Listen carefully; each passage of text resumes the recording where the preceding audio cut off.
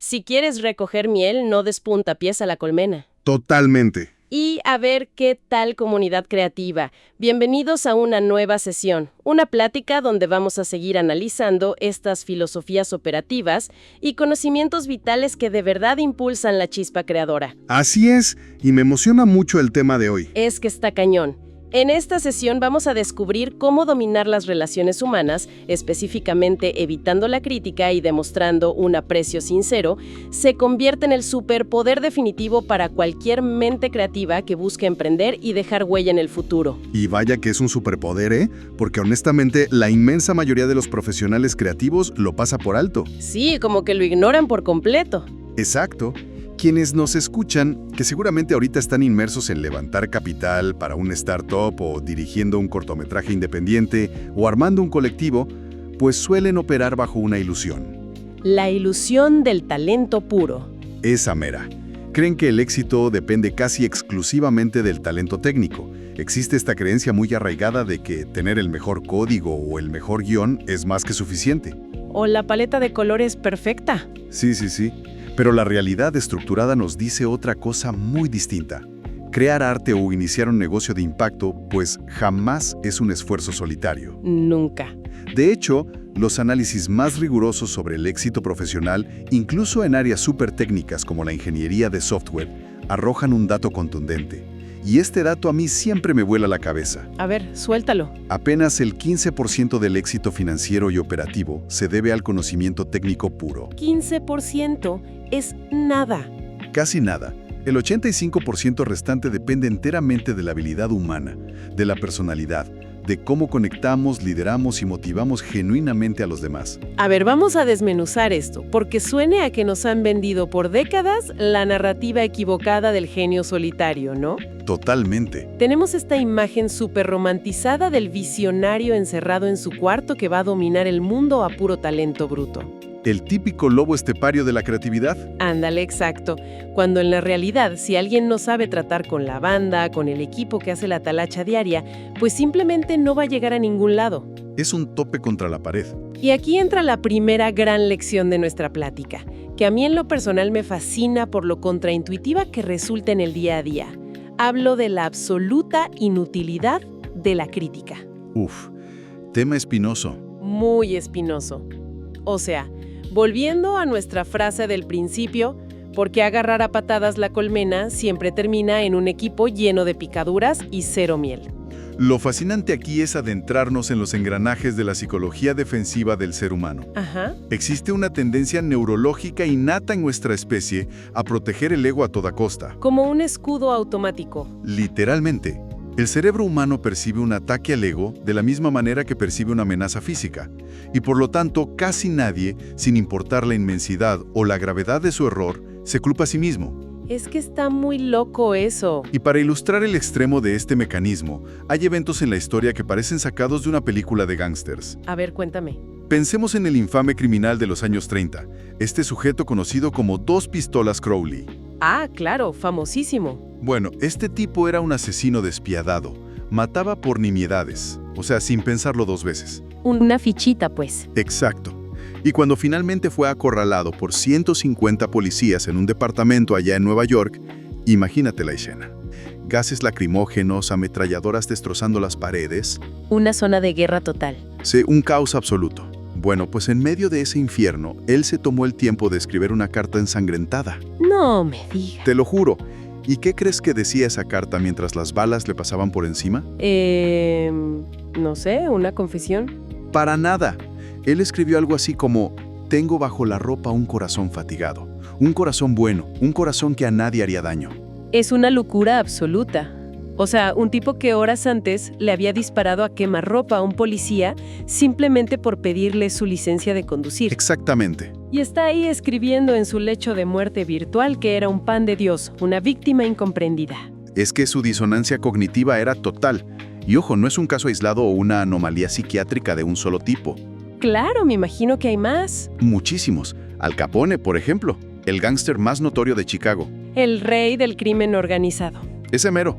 Él declaraba públicamente que era un benefactor público no reconocido. ¡Wow! Decía que él solo le daba a la gente lo que la gente quería y que a cambio solo recibía persecución de la prensa y la policía. ¡Qué bárbaro el nivel de negación! Y si conectamos esto con el panorama general de las relaciones humanas en nuestros proyectos, la reflexión obligada es muy clara. A ver, Si los criminales más peligrosos de la historia reescriben su propia realidad para no culparse por absolutamente nada, ¿bajo qué lógica esperamos que un colaborador lo haga? o un diseñador en una agencia. ¿O un socio de negocios? ¿Cómo esperamos que acepten la culpa cuando se les lanza una crítica directa sobre su chamba? Entiendo perfectamente cómo el ego levanta estas defensas. Es como un firewall automático en una computadora. ¡Qué buena analogía! Sí, o sea, detecta la crítica como si fuera un código malicioso y ¡pum! Bloquea todo el acceso. Nadie entra. Se cierran en banda.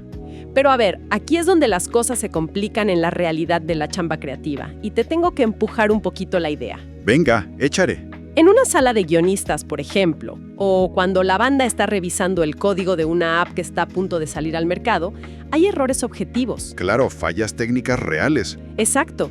Si un programador hace algo que rompe la aplicación entera, o si un actor de plano no está dando el tono en la escena, la retroalimentación es clave. Es indispensable, sí. Entonces, ¿cómo le hacemos? Si no podemos criticar porque el ego de la otra persona levanta su firewall emocional y genera este resentimiento, pues el proyecto entero se va a pique por mediocridad. Es un miedo súper válido. Entonces, si la crítica es el código malicioso que activa las defensas, ¿cuál es el comando exacto para entrar al sistema y corregir el error sin que salten todas las alarmas? Esa es precisamente la pregunta central del liderazgo efectivo en cualquier industria. Y la respuesta no es, bajo ninguna circunstancia, ignorar los errores. Ah, qué bueno, porque si no sería un caos. O aplaudir un trabajo mediocre. Para nada. Se trata de entender la mecánica del aprendizaje humano. Ajá. Mira, el célebre psicólogo conductista B.F. Skinner comprobó esto a través de décadas de investigación. Claro, el de los refuerzos. Exactamente. Él demostró un principio neurológico fundamental. Un ser humano aprende más rápido y retiene mejor la información cuando se premia la buena conducta que cuando se castiga la mala. O sea, la zanahoria funciona mejor que el palo. 100%. Cuando se critica a alguien, la amígdala cerebral, que es nuestro centro del miedo, se enciende. La sangre literalmente se aleja de la corteza prefrontal. Que es la parte lógica, ¿no? Exacto, la que razona. Y la persona entra en modo supervivencia. Ya no te está escuchando. Para nada. Ya no está pensando en cómo mejorar el código o el guión de la película. Está pensando en cómo defenderse de quien siente que lo ataca. Claro, te vuelves el enemigo. Y la alternativa a este desastre es la comprensión empática y la persuasión indirecta. Pero a ver, llevemos esto a la práctica. Porque en teoría, la empatía suena fantástica, bellísima. Pero cuando son las 3 de la mañana y el proyecto no avanza, la paciencia se esfuma. Te vuelves loco, sí. Totalmente. ¿Cómo se ve este cambio de estrategia en el mundo real? Allá afuera, en las trincheras. Te pongo un ejemplo en un entorno con estrés al tope y riesgos físicos reales, digamos la construcción. Órale, un ambiente rudo. Muy rudo. Imaginemos a un supervisor de obra cuya métrica de éxito es garantizar que todos los obreros usen el casco de seguridad. Por ley, me imagino. Sí, en todo momento. La reacción natural, la típica patada a la colmena impuesta por la autoridad, sería acercarse y señalar la violación del reglamento. Ponerse a gritarles. Exigir a gritos que se pongan el casco, exacto. ¿Y cuál es el resultado de esta crítica directa? Pues que lo mandan a volar por dentro, supongo. Los obreros obedecen de mala gana mientras el supervisor está ahí parado viéndolos. Pero en el instante en que éste da la media vuelta, se quitan el casco por puro acto de rebeldía. Por resentimiento puro. Sienten que su autonomía ha sido atacada. Claro, es el famoso síndrome de lo hago por cumplir ahorita y luego te saboteo por la espalda. Exacto. Pero analicemos la alternativa de un supervisor que sí entendía de ingeniería humana. A ver, ¿qué hizo él? Al ver a un grupo de obreros sin protección, decidió acercarse sin alzar la voz. En lugar de emitir un juicio, formuló una pregunta buscando comprender la raíz del problema. Indagando un poco. Sí, les preguntó con genuina curiosidad si el casco les resultaba incómodo, si pesaba demasiado o si a lo mejor la talla no era la correcta para ellos. Qué gran diferencia, ya entras desde otro lado. Totalmente.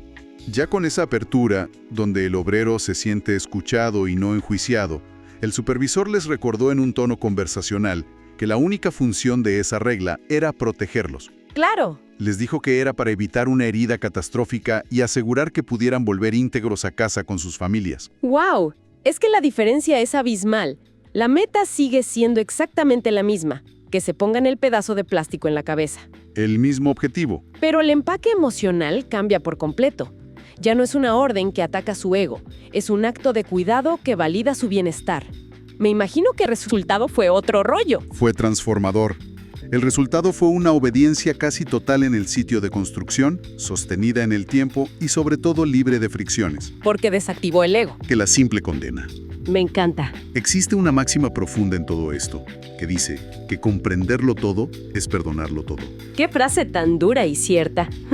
Me parece brillante la forma en que esto reestructura toda la dinámica de trabajo. ¿Te cambia el chip? Sí, o sea, ya dejamos clarísimo que criticar destruye la colaboración y asfixia cualquier ambiente creativo. Es como echarle arena a los engranajes de un motor. Lo vas a reventar. Tarde o temprano truena. Ahora bien, si ya sabemos que el castigo y la crítica solo generan resentimiento, la siguiente duda natural para la comunidad creativa es: ¿qué es lo que empuja a alguien a dar ese esfuerzo extraordinario? Esa es la pregunta del millón. Porque evitar errores es una cosa, pero crear algo mágico, emprender algo nuevo, requiere pasión. ¿Cuál es ese combustible oculto que logra que un equipo entero se ponga la camiseta de verdad? Que den el 110%. Exacto, que se desvelen creando algo increíble por voluntad propia y no por obligación. Pues ese combustible es, sin lugar a dudas, la fuerza motriz más potente de la humanidad, el aprecio sincero y la validación. ¿Aprecio sincero? Sí. Uno de los pensadores más influyentes, el filósofo John Dewey, articuló que el impulso más profundo de la naturaleza humana es el anhelo de ser apreciado. El anhelo. O el deseo de ser importante. Y es crucial detenernos en esa palabra, anhelo. No es cualquier cosa. Dewey no habló de una simple preferencia o de, un capricho. Un anhelo implica una sed, un hambre existencial e inextinguible. Wow. Todo ser humano camina por el mundo buscando desesperadamente sentir que su existencia y su aportación importan. Que valen algo. Exacto. Y quien logre dominar la capacidad de calmar esa sed en los demás, de manera honesta, tiene en sus manos la llave maestra para inspirar a cualquier persona. Aquí es donde la cosa se pone muy interesante y súper aplicable para nuestra comunidad creativa. A ver, cuéntame cómo lo ves. Pensemos en esto como una necesidad fisiológica, al mismo nivel que dormir o comer. Sí, vital. Si alguien pasa días sin dormir, su cuerpo colapsa. Si un creativo pasa meses sin que nadie aprecie su chamba, su motivación colapsa, se marchita por completo. Se apaga la chispa. Y lo vemos todo el tiempo en nuestra industria. Imaginemos un set de filmación independiente, de esos con jornadas brutales de 14 horas. Pesadísimo. O las oficinas de una startup tecnológica a las 3 de la mañana antes de lanzar la app al mercado. Todos corriendo. Exacto. Los directores o los fundadores siempre se preocupan por mantener los cuerpos de su equipo operando, ¿no? Piden montañas de cajas de pizza, litros de café, bebidas energéticas. Para que no se duerman. Ándale. Pero existe una ceguera total hacia la necesidad de alimentar la autoestima de esa misma gente. Es un punto ciego gigante. Y el sentirte valorado es la verdadera electricidad que mueve el talento. O sea, un animador 3D no te va a entregar el mejor render de su vida solo por una rebanada de pizza fría. Definitivamente no. Lo va a hacer porque alguien se tomó 5 minutos para decirle y hacerle sentir que su trabajo es el pilar que sostiene toda la película. Es una analogía perfecta. Estás alimentando el cuerpo pero matando de hambre al espíritu creativo. Literal. Para ver el poder casi alquímico de alimentar esta autoestima, la historia del espectáculo nos regala un ejemplo magistral. A ver, historias de teatro. Sí. Es sobre Florence Ziegfeld, un legendario productor teatral de Broadway de principios del siglo XX. Ok. Ziegfeld no destacaba por ser el mejor músico, ni era el coreógrafo más técnico de su generación, pero era un erudito absoluto en el entendimiento de la naturaleza humana. Sabía leer a la gente. Como nadie. Su modelo de negocio consistía en tomar mujeres en las que nadie más en la industria se fijaba. Coristas normales. Coristas que pasaban completamente desapercibidas y que, a menudo, pues se sentían poco agraciadas porque el medio era muy cruel. Sí, me imagino. Y a través de un proceso constante de validación, las transformaba frente al público en superestrellas deslumbrantes y magnéticas. Mecánica exacta de este tipo, porque decir que las valoraba suena un poco abstracto. ¿Qué hacía en la práctica para lograr esa metamorfosis en el escenario? Lo traducía en acciones que gritaban, eres importante. Ok, acciones concretas. Primero, elevaba su estatus material. Le subía el sueldo de $30 a la semana a 175. ¡Qué locura de aumento! Una cifra astronómica para la época, que comunicaba un valor innegable. Pero la verdadera magia estaba en el detalle emocional. A ver. La noche del estreno, en lugar de dar instrucciones frías o regaños, les enviaba telegramas personalizados de felicitación directo a sus camerinos. ¡Qué detallazo! Mandaba enormes arreglos de rosas rojas americanas. A través de pura galantería y un aprecio desbordante, las trataba sistemáticamente como si ya fueran las diosas absolutas del escenario. ¿Te la crees porque te la crees? Exacto. ¿Y cuál fue el resultado fisiológico y psicológico en ellas? Pues me imagino que un cambio total de actitud. Al sentirse profundamente apreciadas e importantes, estas mujeres cambiaban su postura, su proyección de voz y su seguridad. Magia pura. Terminaban actuando y convirtiéndose en las diosas que él les hizo creer que eran. Las moldeó dándoles el alimento emocional que el resto del mundo les negaba. Es como si hubiera hackeado la confianza de estas mujeres. Al llenarles el tanque de aprecio, destapó un talento que ni ellas mismas sabían que tenían guardado. Totalmente. Y hay otra historia, ahora en el mundo de la música, que ilustra este mismo poder transformador de enfocarse en las virtudes en lugar de los defectos. Soy todo oídos. Se trata de un niño originario de Detroit llamado Stevie Morris. Ok, Stevie Morris. Stevie era ciego de nacimiento, y en su entorno cotidiano, las personas y el sistema escolar solían tratarlo exclusivamente desde la perspectiva de su discapacidad. Claro, el estigma de la época. Todo giraba en torno a lo que no podía hacer, a lo que le faltaba. Pero un día en su salón de clases, un ratón se escapó y se escondió por ahí. Uy, el pánico en el salón. Imagínate, el maestro se enfrentó al problema, pero en lugar de pedirle ayuda a la veintena de alumnos que sí podían ver, tomó una decisión radical que cambiaría la historia. ¿Qué hizo? Se dirigió específicamente a Stevie. O sea, en lugar de ignorarlo por su ceguera, ¿lo pone en el centro del escenario para resolver el problema? Así es, y lo hizo validando una fortaleza oculta. El maestro le explicó a Stevie que apreciaba profundamente un don que él poseía. ¡Wow! Le dijo que aunque la naturaleza le había privado del sentido de la vista, como compensación le había otorgado el par de oídos más excepcionales y afinados de toda la escuela. ¡Qué forma de voltear la narrativa! Nadie más en ese salón tenía esa capacidad. Le pidió que por favor usara ese talento único para escuchar en el silencio absoluto y descubrir dónde diablos está del ratón. Está increíble. Y fíjate, décadas más tarde, ese mismo niño reflexionaría sobre cómo ese breve instante, el simple acto de que una figura de autoridad reconociera y validara su talento auditivo, encendió una chispa de confianza en su interior. Le dio permiso de brillar. Le dio permiso de creer en su propia grandeza.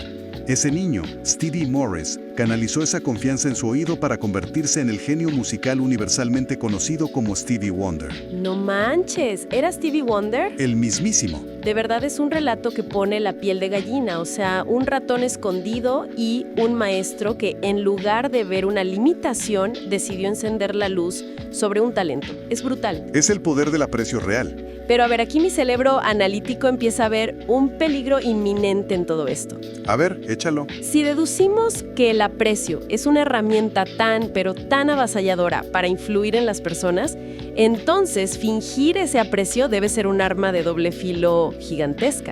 Ah, claro, por supuesto. Porque si la solución fuera simplemente ir por la vida repartiendo sonrisas fingidas y cumplidos súper calculados, pues todos los manipuladores serían los grandes líderes del mundo creativo. Y sabemos que no es así. Exacto. Tiene que haber una línea divisoria gigantesca entre el aprecio real que transformó a Stevie Wonder y la adulación barata y manipuladora.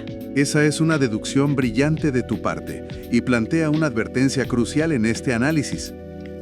La línea divisoria entre el aprecio sincero y la adulación es el punto exacto donde se define la ética del liderazgo. Ok. La adulación es profundamente peligrosa. Y para enmarcar esto, hay una lección histórica fascinante aquí en México. A ver, cuéntame. En el castillo de Chapultepec, Justo debajo del busto del general Álvaro Obregón, se encuentra grabada una máxima que encapsula toda esta sabiduría sobre las relaciones de poder. Ajá. La frase dice: no temas a los enemigos que te atacan, teme a los amigos que te adulan.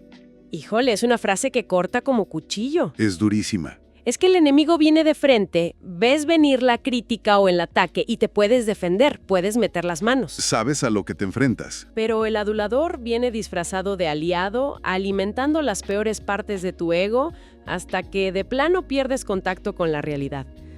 ¿Cómo definimos exactamente esa toxicidad para no caer en ella nosotros mismos al intentar motivar a un equipo? La diferencia fundamental radica en la fuente de la intención.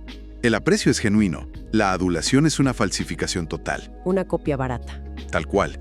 El aprecio procede directamente del corazón, de una observación real y altruista que busca elevar el espíritu de la otra persona. La adulación, por el contrario, es superficial, es egoísta y puramente transaccional. Buscan sacar algo a cambio. Sale de los dientes para afuera buscando obtener un beneficio oculto. De hecho, una de las definiciones psicológicas más precisas de la adulación es que consiste simplemente en decirle a la otra persona exactamente lo que uno piensa de sí mismo. ¡Wow! ¡Qué fuerte! Es un espejismo diseñado para inflar egos frágiles. Y los seres humanos, gracias a nuestro desarrollo evolutivo en grupos, poseemos un radar altamente sensible para detectar esa falta de sinceridad. Sí, se huele a kilómetros. Cuando la adulación es falsa, genera repulsión inmediata. Totalmente. Es como cuando alguien de otro departamento que nunca te saluda en la vida, de pronto se acerca y te dice: ¡ay, qué visión tan vanguardista tienes para este diseño! Y tú así de: ¿qué quieres? Exacto. Sabes perfectamente que en 2 horas te va a pedir que le cubras el turno del fin de semana. El cerebro detecta la agenda oculta y toda la confianza se evapora en un segundo. Se rompe la conexión. Entonces, si la adulación es tóxica porque es puramente egoísta y el aprecio sincero es la clave del éxito colectivo, ¿cómo logramos, como líderes o creadores, sentir ese aprecio genuino? Es el gran reto. Especialmente cuando estamos saturados, estresados o frustrados con las fallas de nuestro propio equipo. ¿Cómo le hacemos para que sea real? Para lograr ese estado de manera orgánica, debemos recurrir a la visión del gran ensayista y filósofo Ralph Waldo Emerson. Ok, Emerson. Él formuló un paradigma que resuelve este conflicto interno de una forma súper elegante. Él afirmaba: todo hombre que conozco es superior a mí en algún sentido. En este sentido, aprendo de él. ¡Qué humildad! Y ojo, esta no es una técnica de memorización o un truco gerencial barato de 5 pasos. Es una filosofía de vida integral. Te cambia la perspectiva de todos. Implica aceptar con muchísima humildad que cada miembro de un equipo posee un talento, una perspectiva o una experiencia de la cual nosotros carecemos. Al buscar activamente esa superioridad en el otro, el aprecio brota como una consecuencia natural de la admiración. Jamás como una táctica prefabricada. Exactamente. Entonces, ¿qué significa todo esto al final del día? Esto cierra el círculo de una forma espectacular para quienes nos escuchan. Significa que el secreto del liderazgo creativo moderno requiere dejar de orbitar alrededor de nosotros mismos el 95% del tiempo. Dejar el ego en la puerta. Sí, porque estamos tan inmersos en nuestro propio estrés, en defender a capa y espada nuestra idea genial, en proteger nuestro ego de cristal, que nos volvemos completamente ciegos a las virtudes de la banda que nos rodea. Perdemos de vista el talento ajeno. Es como entrar a una junta asumiendo desde el segundo cero que el integrante más joven del equipo domina una tendencia visual que nosotros ignoramos por completo. ¿Y aprender de él? Si nos obligamos a adoptar esa mentalidad de descubridores en lugar de andar de jueces y nos enfocamos en detectar la grandeza en las aportaciones de los demás, el aprecio fluye sin ningún esfuerzo. Se vuelve orgánico. Ya no es adulación tóxica porque de verdad estamos aprendiendo del otro. Y cuando logras instalar esa cultura en un colectivo, las lealtades se vuelven indestructibles. Las grandes ideas fluyen libres del miedo al rechazo. Es exactamente esa transición, dejar de juzgar y empezar a descubrir. Cuando se validan los esfuerzos y se reconocen los talentos particulares de cada individuo, la gente, al igual que las actrices de Ziegfeld, se transforma ante nuestros ojos. Crecen muchísimo. Para estar a la altura de esa validación. Y así volvemos al principio fundamental de nuestra plática. El 85% del éxito de cualquier emprendimiento dependerá de la destreza con la que interactuamos con el prójimo. Es la clave de todo. Es una imposibilidad matemática intentar construir el futuro pisoteando el orgullo y la dignidad de las personas que nos están ayudando a construirlo. Es la ley de la siembra creativa. Me encanta llamarle así. No logramos que un campo dé frutos gritando a la tierra o criticando a las semillas por crecer lento. Sería absurdo. El crecimiento requiere agua, paciencia y luz. Y en los equipos humanos, esa luz es el reconocimiento auténtico. Muy bellamente dicho. Tristemente, el tiempo se nos esfuma cuando el análisis llega a este nivel de profundidad. Pero antes de despedirnos, me gustaría que cerráramos con una de esas reflexiones potentes que nos obligan a replantearnos las cosas a largo plazo. Con muchísimo gusto. Es un pensamiento vital sobre la extrema fugacidad de nuestras conexiones humanas y el inmenso poder de actuar hoy, en el presente. Adelante, te escuchamos. La reflexión dice así: pasaré una sola vez por este camino, de modo que cualquier bien que pueda hacer o cualquier cortesía que pueda tener para con cualquier ser humano, que sea ahora. No la dejaré para mañana ni la olvidaré porque nunca más volveré a pasar por aquí. Uf, qué profundidad.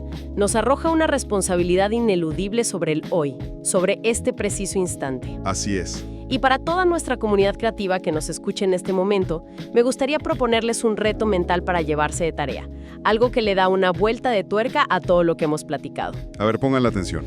Ya establecimos que el aprecio sincero transforma a nuestros equipos, a nuestras startups, a nuestros sets. Pero, ¿qué pasaría si esta misma noche nos aplicamos esa filosofía a nosotros mismos? Hacia adentro. Exacto. Los creativos solemos ser nuestros críticos más despiadados, agarrando a patadas nuestra propia colmena mental todos los santos días. Somos terribles con nosotros mismos. ¿Qué pasaría si hoy, en lugar de castigarnos por la línea de código que falló o el trazo que no quedó perfecto, nos detenemos a apreciar sinceramente el esfuerzo y la valentía que tuvimos al sentarnos a crear algo de la nada? Es un gran primer paso. Quizás el primer colaborador al que debemos dejar de criticar para que de verdad florezca su genialidad es a quien vemos en el espejo cada mañana. Me deja sin palabras. Totalmente cierto. Ha sido un privilegio absoluto explorar estas ideas con todos ustedes y aprender tanto en esta sesión. No se pierdan nuestra próxima emisión, donde seguiremos desmenuzando estas herramientas filosóficas y prácticas para detonar el máximo potencial creativo y construir juntos un mejor futuro. Hasta la próxima, comunidad creativa.